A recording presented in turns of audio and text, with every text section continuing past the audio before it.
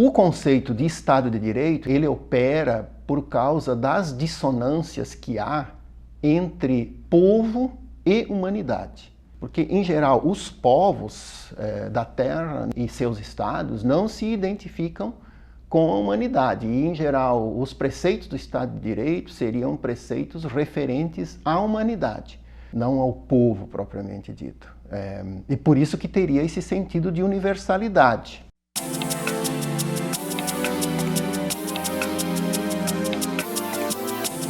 Por causa dessa dissonância entre povo e humanidade, o conceito de Estado de Direito, ele também tem potencialmente incongruências, conflitos e tensões com a democracia, que eu acho que é um outro ponto que interessa bastante. Por quê?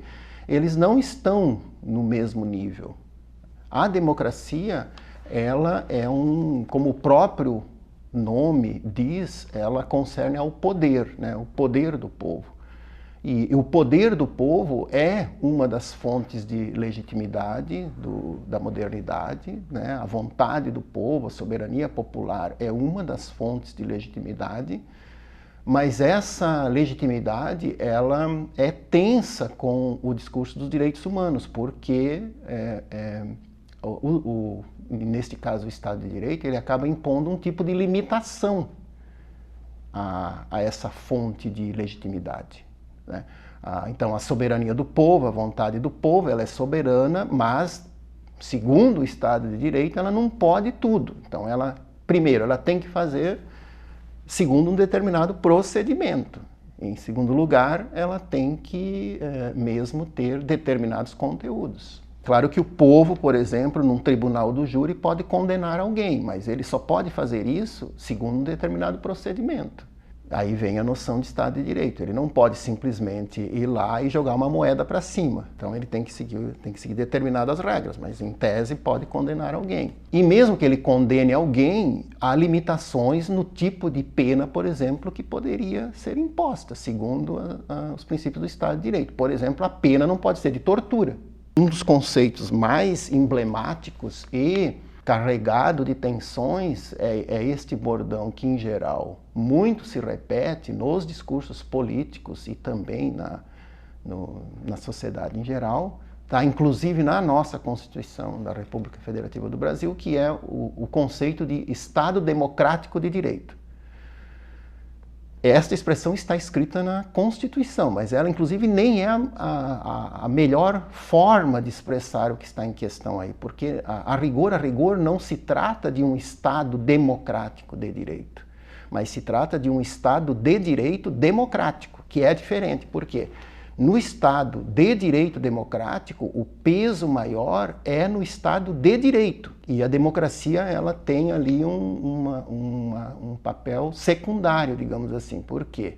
Porque o Estado de direito, ele se sustenta por, digamos assim, forças próprias, independentemente de ser ou não um regime democrático. Por isso que, digamos, pode haver Estado de Direito mesmo que não tenha democracia. A ideia é que, se o Estado de Direito for entendido como aquele que corporifica os direitos humanos, ele, claro, por certo, ele é mais amplo do que todos os regimes políticos, incluso a democracia. Os Estados, em geral, também, quando a autoridade política realmente se sente ameaçada, boa parte do conjunto de normas do Estado de Direito acaba sendo suspensa. Aí vem o estado de exceção. No estado de exceção, praticamente, né, todos esses direitos são suspensos do Estado de Direito, incluindo o direito à vida. Porque, por exemplo, num estado de exceção, a pena de morte se torna possível, inclusive no Brasil, né? O Brasil não tem pena de morte, por exemplo, mas eu acho que isso é bom para exemplificar o que isso significa. Mas lá no Código Penal Militar, né, tem lá a pena de morte como pena para alguns crimes militares. Essa penalidade, ela entra em vigor quando a Constituição é suspensa. Então, se houver, por exemplo, estado de guerra, um estado de exceção no Brasil, a Constituição é suspensa e, por exemplo, a pena de morte, ela acaba entrando em vigor também. No Brasil nós temos campos de refugiados, por exemplo, né?